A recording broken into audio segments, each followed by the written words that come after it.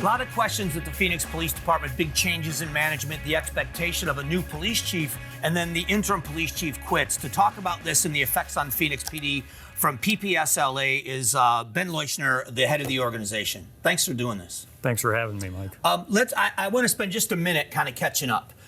Interim Chief Sullivan brought in to kind of navigate the scenario at the Department of Justice. He was one of the 4 finalists that was named to take the job of the permanent police chief.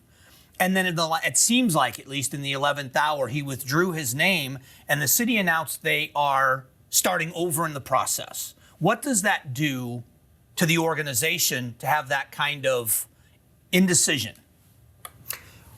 Mike, quite honestly, it's frustrating for my membership. That's the feedback that I'm getting, only because we've been in limbo for quite a while.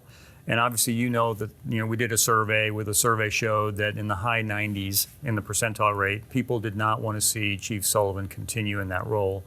So now that we've been told we have to wait several more months, frustration is probably the best word as far as trying to get some leadership in place. I'm going to talk about that survey for a moment. And by the way, PPSLA is a Sergeant and Lieutenants Association at Phoenix PD, so people understand. The supervisors, these are in-the-field supervisors of the street cops that do all the work in the field. Correct. If you have people in supervisory roles that are frustrated, I know that there is often between management and labor, there's always contention.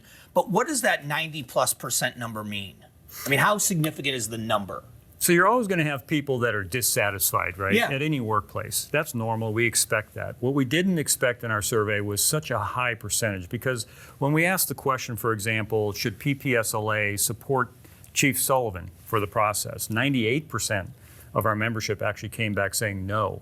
And then there were comments made by our members, which were, you probably saw some of them, but they were very raw, emotional comments. Mm-hmm. And that took us by surprise a little bit, because we knew the general feeling, but we didn't realize it was that strong. And for any organization the size of Phoenix to have that kind of response told us that overwhelmingly our rank and file supervisors were saying we were not getting leadership. The biggest concerning thing for me that I saw was the question was asked, do you believe that basically is the chief running the agency and making the decisions? And it was 96, almost 97% said no. But when the follow-up question was asked, who is, if you don't believe he is, it was the city manager, assistant city manager, city council. Concerning for people, is that concerning to you that officers and lieutenants and sergeants believe that it's outside of the police department that's making police decisions? Yeah, and so what's interesting is that's my membership, right? And then I'm in a special role where I have the privilege, I suppose, of meeting with these people. So I meet with Lori Bays, I meet with Jeff Barton, I meet with my members too. So I was hearing that anecdotally from my members that they thought Lori Bays is running it. I would actually talk to her and I would ask her and I would tell her, hey, I have members, and this is before the survey, that believe you're running the show. And I believe her. I mean, she was very sincere when she says she is not. And then Chief Sullivan would tell me the same thing. He's running the show, but I couldn't get my members to believe that. And so where's that lack of communication? There's something going on there where there was either a vacuum of leadership, right, from Chief Sullivan, or there's some truth to this story, right? Because we had this information from command staff too, that it might be a combination of the two. In other words, you have a vacuum of leadership, plus you have perhaps Lori Bays was trying to then make some decisions, and it could be something like that was going on. We're hoping that if we get a new strong leader in place, that goes away.